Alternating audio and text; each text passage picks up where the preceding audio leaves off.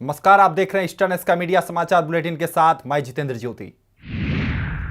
देश की राजधानी दिल्ली के Indira Gandhi national centre for art में चल रहे नॉर्थ ईस्ट फेस्टिवल 2014 के तीसरे दिन यानी रविवार को integrative north east India education पर सेमिनार आयोजित किया गया।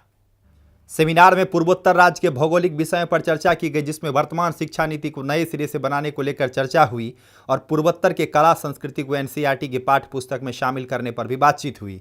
सेमिनार में असम के कालियाबोर लोकसभा क्षेत्र के सांसद गौरव गोगोई ने बतौर मुख्य अतिथि हिस्सा लिया। मीडिया से बातचीत करते हुए गौरव गोगोई ने कहा कि नॉर्थ ईस्ट फेस्टिवल होने से दिल्ली में रह रहे अन्य राज्य के लोगों को पूर्वोत्तर राज्य की संस्कृति और वहां का इतिहास जानने का बेहतर मौका मिला है, साथ ही एक दूसरे को जानने का भी मौका मिलेगा। वहीं गोगोई ने एनसीईआरटी की पाठ्य पुस्तक में पूर्वोत्तर राज्य के विषय को भी शामिल करने की वकालत की। मैं देखता हूं कि आज ये नॉर्थ ईस्ट फेस्टिवल ये अपने दूसरे वर्ष में है। एक बहुत ही महत्वपूर्ण भूमिका इन्होंने लिया है दिल्ली के समाज में, क्योंकि आज इस फेस्टिवल के ज़रिए दिल्ली के बहुत लोग नॉर्थ ईस्ट की सांस्कृतिक और नॉर्थ ईस्ट की इतिहास, नॉर्थ ईस्ट की इकोनॉमिक चैलेंजेस और पोटेंशियल क्या है उसके बारे में वो समझ गए हैं। और सबसे महत्वपूर्ण मुद्दा ये है, मुझे लगता है कि अगर हम अपने एनसीईआरटी के करिकुलम में अगर नॉर्थ ईस्ट के बारे में हम लोगों को और अवेयरनेस दें और नॉलेज दें, नॉर्थ ईस्ट की हिस्ट्री, ज्योग्राफी, कल्चर, लिटरेचर के बारे में और अवेयरनेस अगर हम जगा पाएँ तो आगे के युवा जनरेशन में नॉर्थ ईस्ट के प्रति ये जो एक इग्नोरेंस है या अनअवेयरनेस है वो घट जाएगा। दिल्ली के Indira Gandhi national centre for art में चल रहे नॉर्थ ईस्ट फेस्टिवल 2014 में निलंबन के बावजूद भी भारतीय मुक्केबाज सरिता देवी को सम्मानित किया गया। फेस्टिवल में पदक हासिल करने वाले नॉर्थ ईस्ट के सभी खिलाड़ियों को इसमें सम्मानित किया गया। कुछ दिन पहले अंतर्राष्ट्रीय बॉक्सिंग संघ ने अस्थायी रूप से सरिता देवी को निलंबित कर दिया था, जिस पर सरिता देवी ने कहा कि वो अपने निलंबन पर कुछ नहीं कहना चाहती। सरिता ने कहा कि उन्हें जो भी स्पष्टीकरण देना था वो अंतर्राष्ट्रीय बॉक्सिंग संघ को दे चुकी है और वो अब संघ की तरफ से प्रतिक्रिया का इंतजार कर रही है। नहीं, अभी मैं इसका कंट्रोवर्सी के बारे में अभी कुछ कमेंट करना नहीं चाहते हैं, क्योंकि जो भी हुआ आप लोग के सामने सब हो गया। मैं दोबारा इसके बारे में कोई कमेंट देना नहीं चाहती। So ladies and gentlemen, please give it up for हमने Aku तो जो from आइबा Infal को हम Talkies. भेज दिया, Can we please have a big round of भेज applause? दिया, फिर उसका रिप्लाई के लिए हम लोग वेट कर रहे हैं। वहीं सरिता ने पहली बार नॉर्थ ईस्ट फेस्टिवल का हिस्सा बनने पर खुशी जाहिर की। आपको बता दें कि सरिता देवी इंचियन एशियान खेलों में महिलाओं के 60 किलोग्राम वर्ग में कांस्य पदक जीता था, लेकिन उन्होंने नतीजे का विरोध करते हुए पदक से लेने से मना कर दी थी। फेस्टिवल में देश के गृह राज्य मंत्री किरण रिजिजू और DoNER minister general retired VK Singh ने नॉर्थ ईस्ट के खिलाड़ियों को सम्मानित किया, जिन्होंने ग्लासगो कॉमनवेल्थ गेम्स और इंचियन एशियन गेम्स में पदक हासिल किया। नॉर्थ ईस्ट फेस्ट में आके आपको कैसा लग रहा है? बहुत अच्छा लगा, क्योंकि मैं फर्स्ट टाइम ये नॉर्थ ईस्ट फेस्टिवल में आई हूँ, तो बहुत अच्छा लगा और बहुत बढ़िया लगा मुझे। While her emotionally charged protest at the Asian Games after Sarita refused to accept the bronze medal when she lost a controversial semi-final bout has left her in a really awkward position with the AIBA, there is still hope that she will be able to make the cut for the 2016 Olympic Games. This leaves her fans and India as well with a silver lining that the lady may indeed return to the ring, even though Sarita's career at the moment is shrouded by dark clouds. With camera person Deepak, this is Prashanti reporting for Eastern Sky Media from New Delhi. Arunachal Pradesh के ईटानगर स्थित government higher secondary school और Arunoday higher secondary school में रविवार को state merit scholarship 2014 की परीक्षा हुई। परीक्षा में अरुणाचल प्रदेश के विभिन्न जिलों के सरकारी और निजी स्कूलों से करीब 700 छात्रों ने हिस्सा लिया था। यह परीक्षा प्रतिभाशाली छात्रों को प्रोत्साहित करने के लिए राज्य सरकार की एक पहल है। परीक्षा में पास होने वाले छात्रों को हर महीने शिक्षा विभाग द्वारा 500 रुपये की छात्रवृत्ति दी जाएगी। गवर्नमेंट हायर सेकेंडरी स्कूल के प्रिंसिपल डीके लोबो ने कहा कि राज्य सरकार की इस पहल से गरीब छात्रों को मदद मिलेगी जो पैसों की कमी के कारण पढ़ाई नहीं कर पाते हैं।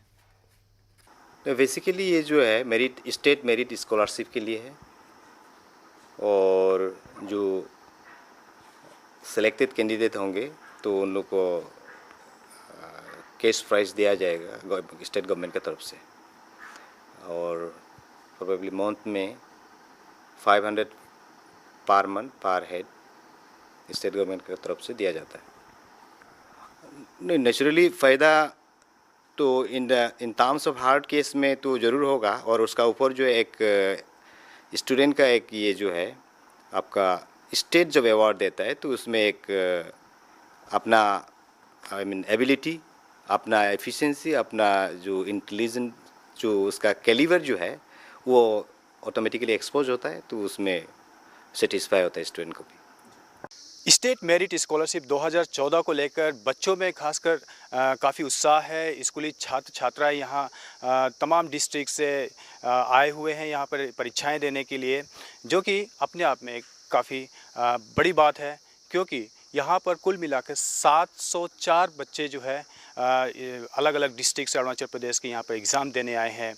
और इस स्टेट मेरिट स्कॉलरशिप को लेकर ये राज्य सरकार की तरफ से एक अच्छी पहल है। इससे ज़रूरी छात्र छात्राओं को एक मौका मिलेगा, इनकरेजमेंट मिलेगा पढ़ाई में। कैमरामैन सुरेश कुमार सिंह के साथ Abhinav Varma, Eastern Sky Media, Itanagar. Arunachal Pradesh के नाहरलगन से ईटानगर पुलिस ने रविवार को बाइक चोरी के मामले में एक 19 साल के लड़के को गिरफ्तार कर लिया है।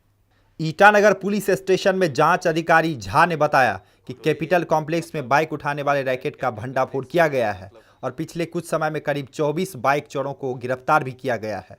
साथ ही उन्होंने ये भी बताया कि बाइक चोरों के खिलाफ पुलिस लगातार ऑपरेशन चला रही है। जांच अधिकारी झा ने यह भी बताया कि गिरफ्तार युवक को आगे की कार्रवाई के लिए सीजेएम की अदालत में पेश किया जाएगा। यहाँ से मॉर्निंग में मोटरसाइकिल चोरी हुआ है। मोटरसाइकिल चोरी करके जो लड़का है जो चोरी करने वाला है उसको मॉडिफाई कर दिया मोटरसाइकिल को, कि मतलब पहचान भी नहीं सकता है वो, खुद का जो अगर ऑनर होगा वो भी नहीं पहचान सकता है वहाँ में कि उसका मोटरसाइकिल है कि नहीं है, टोटली मॉडिफाई कर दिया है। तो उसको सोर्स लगाने के बाद कल नाहरलगन से उसको एप्रीहेंड किया है, अरेस्ट किया है। उसके पोजीशन से वो स्टोलन मोटरसाइकिल जो है वो रिकवर हुआ है। तो अभी एक्यूज अंदर में है, उसको अभी हम लोग सीजीएम कोर्ट में प्रोड्यूस कर रहा है। मोटरसाइकिल सीज करके थाना में रखा है। कुल कितने लोग थे सर? नहीं, ये अकेला सिंगल था इन्वॉल्व, ये बोला है कि वो सिंगल इन्वॉल्व है इसमें। उम्र कितनी होगी? 19 ईयर्स है, स्टूडेंट है वो। तो आपको क्या लगता है ऐसे कितने रैकेट्स होंगे? काफ़ी रैकेट्स होंगे बाइक चोर के यहाँ पे? हाँ है, रैकेट्स बहुत सारे अंदर भी है। अभी बहुत सारा जो एक्यूज है वो अंदर है। रिसेंटली 3 मोटरसाइकिल रिकवर किया है। 3 एक्यूज उसका भी इसमें जेसी में है अभी। तो ये एक मतलब डायरेक्ट कैपिटल कॉम्प्लेक्स में ही ये मतलब कुछ लड़का स्टूडेंट लोग भी इसमें इन्वॉल्व है, कुछ बाहर का भी इन्वॉल्व है। बहुत सारे अरेस्ट हुआ है अभी, लगभग 24 जैसा मोटरसाइकिल रिकवर हुआ है। अरुणाचल प्रदेश के निर्जुली स्थित north eastern regional institute of science and technology में शुक्रवार को लेफ्टिनेंट जनरल निर्भय शर्मा ने एग्रीकल्चर इंजीनियरिंग में उभरते प्रौद्योगिकी ट्रेंड्स पर नेशनल कॉन्फ्रेंस की शुरुआत की।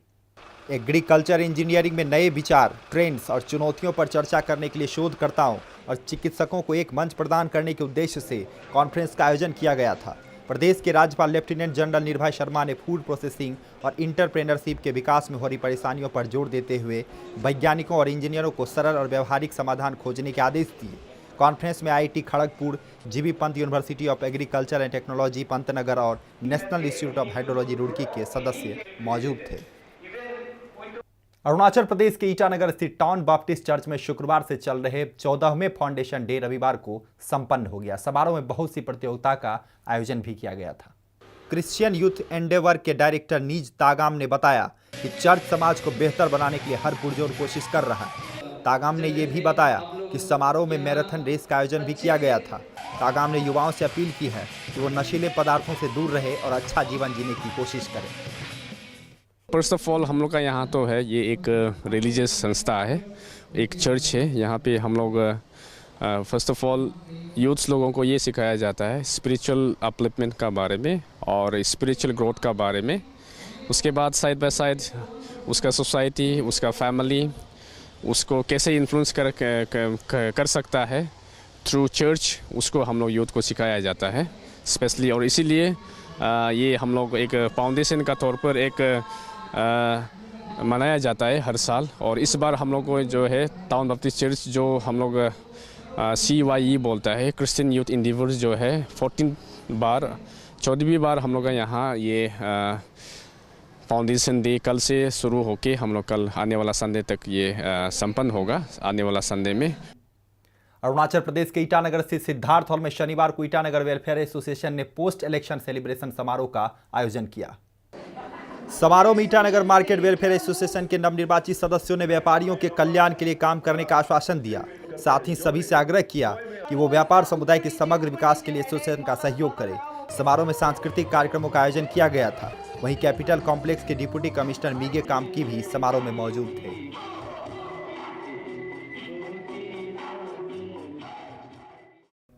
अरुणाचल प्रदेश के पोमा गांव स्थित बैम्बू प्रोसेसिंग केंद्र अरुणाचल प्रदेश के पिछड़े क्षेत्रों के लोगों की आर्थिक स्थिति को सुधारने का बेहतर काम किया है। बैम्बू केंद्र की वजह से खासकर ग्रामीण इलाकों में रोजगार के अवसर बढ़े हैं।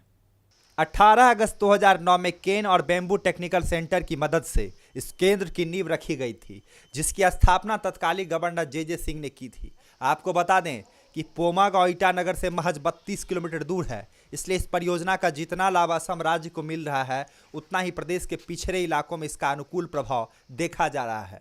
वर्तमान में गांव की बहुत सी महिलाएं, पुरुष सभी केंद्रों में काम कर रहे हैं, जहां उनके द्वारा बनाए गए बैम्बू से अगरबत्ती, mobile stand, pen box, label ट्रैम्प, ट्रे जैसी कई चीज़ें बनाई जाती हैं, जिन्हें बाजारों में अच्छी कीमतों में बेचा जा रहा है। आपको बता दें कि 2010 में पूर्व गृह मंत्री पी चिदम्बरम ने बैम्बू प्रोसेसिंग केंद्र बैम्बू उत्पादों को लॉन्च किया था।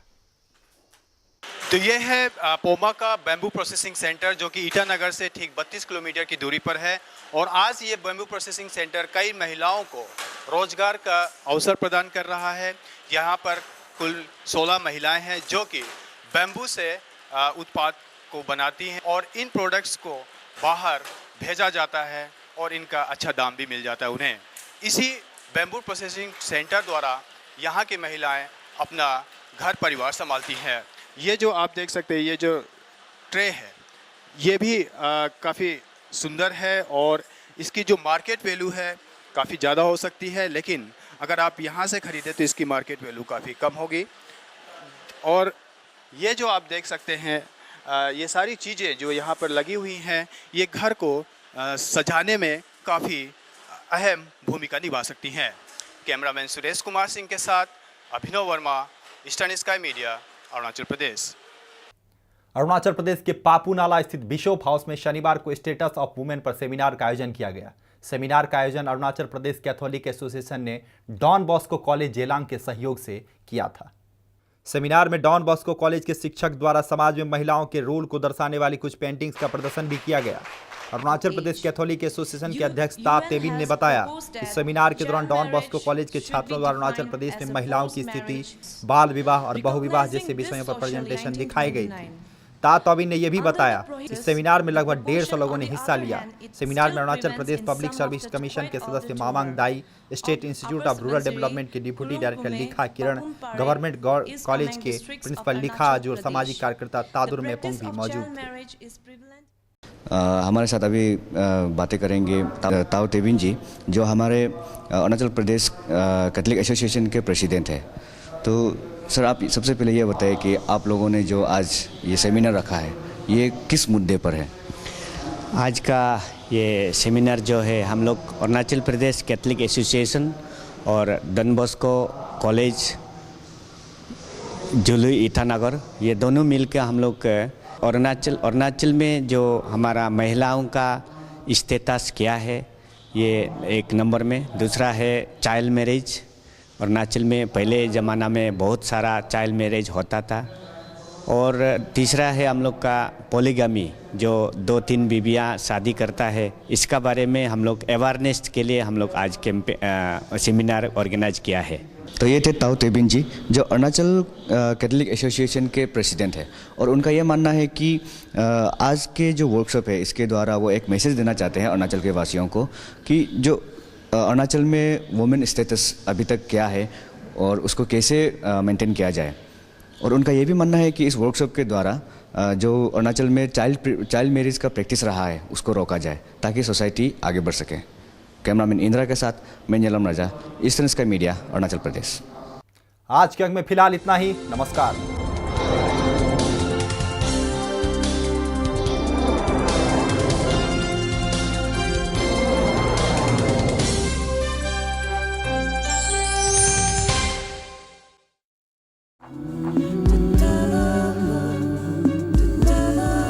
Thank you.